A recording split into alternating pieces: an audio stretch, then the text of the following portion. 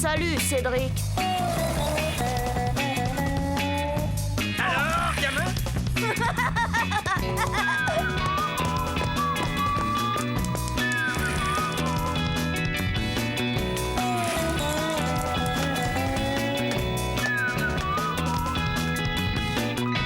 Quelle vie on mène tout de même quand on a 8 ans.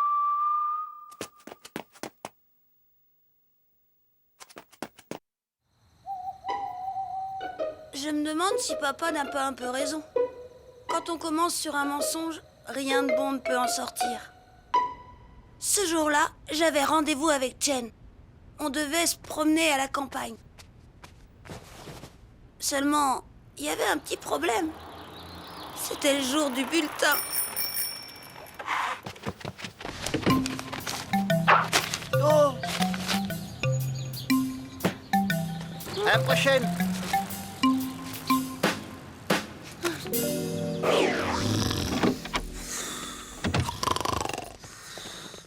Le journal, une facture. Oh, et ton bulletin scolaire? Pas de bulletin scolaire ce trimestre. Mademoiselle Nelly était débordée. Non de non, la consommation d'électricité a encore augmenté. Quand je vous dis, beau papa, d'éteindre la lumière, ce matin, j'ai encore trouvé le couloir et les toilettes éclairées. Ça m'étonnerait, je ne me suis pas levé de la nuit. Allons, j'ai entendu votre porte s'ouvrir 3 fois. Parce que vous m'espionnez maintenant? Je ne peux même plus aller au petit coin tranquille. Ah, vous voyez que vous vous êtes levé cette nuit. Vous croyez que c'est un exemple de raconter n'importe quoi devant le petit? Papa, tu ne m'as pas descendu ton linge sale. Cédric, déshabille-toi, je vais faire une lessive. Pas la peine, maman, c'est propre. Oh, toi qui es si coquet d'habitude quand tu vas te promener avec Jen, allez! Donne-moi ce pull. Donne! Qu'est-ce que tu cachais? Mais c'est... Ton bulletin! Oh la honte. Papa m'a sorti plein de grands mots. L'honnêteté, la franchise, l'hypocrisie. Mais le pire, c'est qu'il voulait me priver de sortie. Oh non, s'il te plaît, papa. Pas aujourd'hui, j'ai rendez-vous avec Jen. Tu nous as menti, Cédric. C'est une question de confiance. Tu sortiras quand tu auras la moyenne. Allez, monte faire tes devoirs.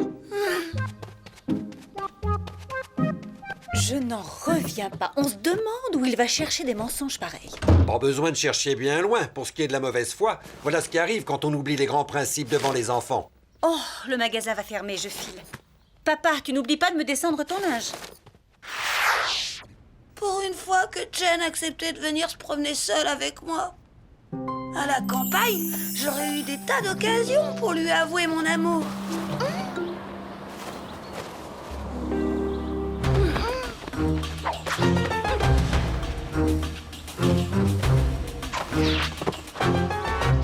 Comme tu es fort, Cédric! Au secours! À l'aide! Je vais te voir! Au secours! Au secours! Ramène-moi! Au secours!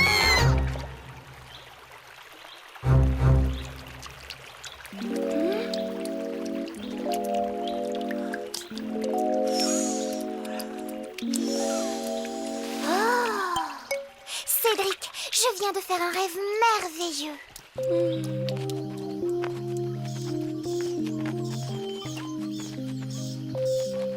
On est perdu. Oh, Cédric, j'ai peur. Non, n'aie pas peur, Jen. Tu vois? Là, c'est la grande ours. Et là, l'étoile polaire. Oh, une étoile filante.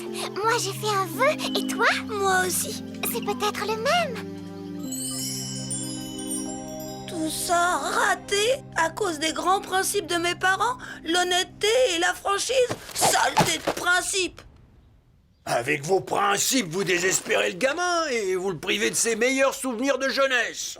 Je vous en prie, ne vous mêlez pas de l'éducation de Cédric. Bien, je compris. Oh, je dirai plus rien. J'attendrai qu'on me sonne.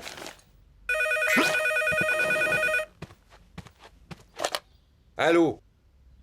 Ah, bonjour, monsieur le directeur. Oui, oui, mais bien sûr, certainement, monsieur le directeur. À ce soir, monsieur le directeur.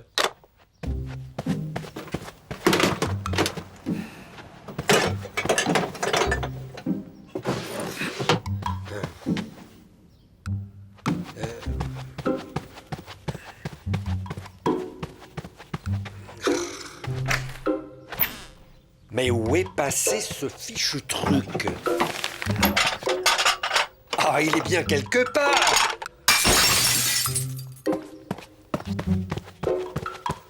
On peut vous aider? Oh, vous, hein?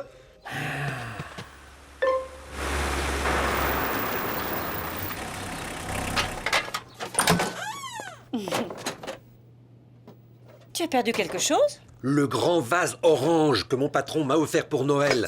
Cette horreur! Oh, je l'ai balancé. Balancé? Le cadeau de mon patron? Tu le trouvais affreux. Évidemment, et j'ignorais qu'il viendrait un jour dîner à la maison. Qui vient dîner? Mon patron! Mais pourquoi? Devine, tu l'as invité toi-même, rappelle-toi, l'autre soir, à la fête du magasin. Mais je l'ai fait uniquement pour te faire plaisir. Tu dis toujours que je ne suis pas assez aimable avec lui. Eh bien, c'est réussi. Il vient de s'inviter ce soir avec madame. J'ai été pris de court. J'ai dit qu'on serait enchantés. Ce soir? Mais qu'est-ce que je vais faire à manger? Mais ça, c'est secondaire, à côté du vase. Oh, quelle importance, cet affreux vase! J'ai dit au patron qu'on avait mis son vase sur le buffet du salon, que tu en étais très fier et que tous nos amis nous en complimentent. Qu'est-ce qu'il va penser quand il verra que c'est faux? Pourquoi tu racontais ça? Je ne pouvais quand même pas lui dire, monsieur le directeur, vous avez un goût déplorable, votre vase est bon pour le musée des horreurs, ma femme et mon fils en font des cauchemars chaque nuit. C'est la tuile. Qu'est-ce qu'on peut faire? Cédric. Quoi, Cédric? Nous allons dire que Cédric l'a cassé, c'est imparable. Tout le monde sait que les enfants cassent tout. Cédric? Mais après ce qui s'est passé, tu crois qu'il acceptera? Les parents, d'accord, ils ont des grands principes. Mais ils sont pas toujours logiques. Après m'avoir puni pour avoir menti, voilà qu'ils voulaient que je raconte au patron de papa que j'avais cassé son vase. Allons, Cédric, ton père te le demande comme un service. Oui, mais l'honnêteté, la franchise, l'hypocrisie, tous ces trucs... Si je peux me permettre... Papa, c'est pas le moment. Écoute, Cédric, il y a des moments dans la vie, tu comprendras plus tard, où l'enjeu est très important. Ce sont des cas de force majeure. Un petit mensonge est parfois nécessaire. Comme moi avec mon bulletin. Écoute, pour ton bulletin, je suis prêt à revoir ma position. Je crois que tu as compris la leçon. Si tu promets de ne pas recommencer, tu peux sortir avec ta copine. Génial! Et tu pourrais aussi me passer de quoi acheter de glace? Bon, d'accord. Et 2 places de cinéma. Tu crois pas que tu exagères? Allez, file avant que je change d'avis. Merci, papa.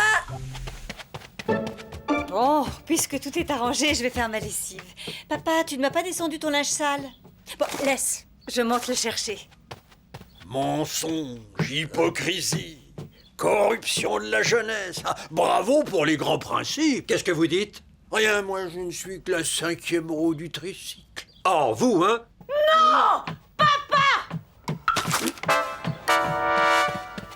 Il était dans son armoire, caché sous du linge. Je l'ai récupéré dans la poubelle. Je le trouvais bien, moi, ce vase. Je comptais m'en servir pour mettre des fleurs sur la tombe de Germaine. Pourquoi ne l'as-tu pas dit plus tôt? J'ai essayé. On m'a gentiment demandé de ne pas m'en mêler. Et puis ça me fait plaisir de donner un coup de pouce au gamin pour qu'il puisse sortir avec sa copine. Cédric. Au revoir tout le monde. Tiens, vous l'avez retrouvé? Mais alors, je peux quand même sortir avec Chen? Papa. D'accord, je n'ai qu'une parole, tu peux y aller.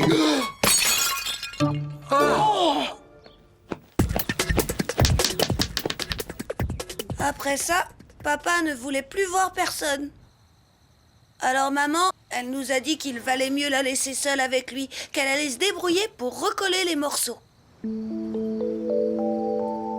Comme je vous le disais, mon petit Robert, Duplumier va bientôt partir à la retraite. Je songe fortement à vous pour lui succéder comme chef de rayon. Merci, monsieur le directeur. Alors, nous n'aurons pas le bonheur de voir votre petit Cédric? Hélas, non. Son grand-père lui avait promis depuis longtemps de l'emmener au restaurant. Quand je pense que tes parents se régalent à l'heure qu'il est, parce que tu peux faire confiance à ta mère, elle aura su recoller les morceaux. Du vase? Pas seulement, gamin, pas seulement. Elle aura su mettre les petits plats dans les grands, tu peux me croire. Au fait, ça s'est bien passé ta petite escapade en amoureux? Pas vraiment. Raconte-moi ça. Rien ne s'est passé comme j'avais prévu.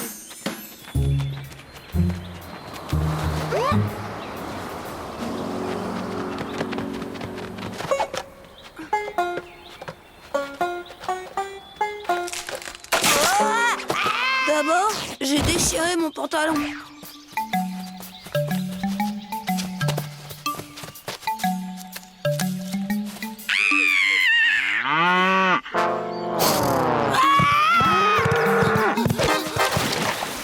Et puis, j'ai failli me noyer.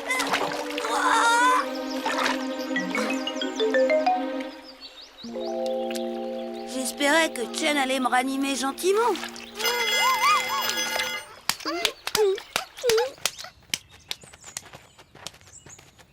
Et puis au retour, on s'est perdu. C'est par là. Mais non! Mais si. Mais non!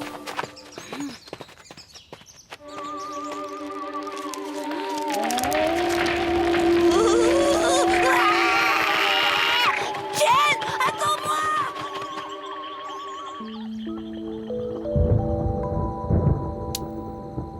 Ne me dis pas que vous vous êtes quitté fâché. Non. Après, j'ai raccompagné Chen chez elle. Merci Cédric, j'ai passé une très très bonne après-midi. Et toi Cédric, tu t'es bien amusé quand même? Oui, Chen, c'était super. Alors, au revoir Cédric. Au revoir, Chen.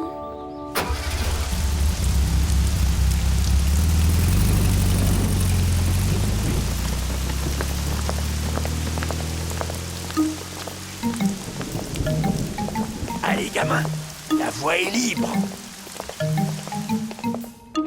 Finalement, c'est difficile de savoir quand on doit mentir et quand on ne doit pas. Même les parents, ils savent pas. C'est vrai, j'ai menti et pourtant Chen m'a embrassé. C'est chouette la vie quand on a 8 ans et qu'on est amoureux.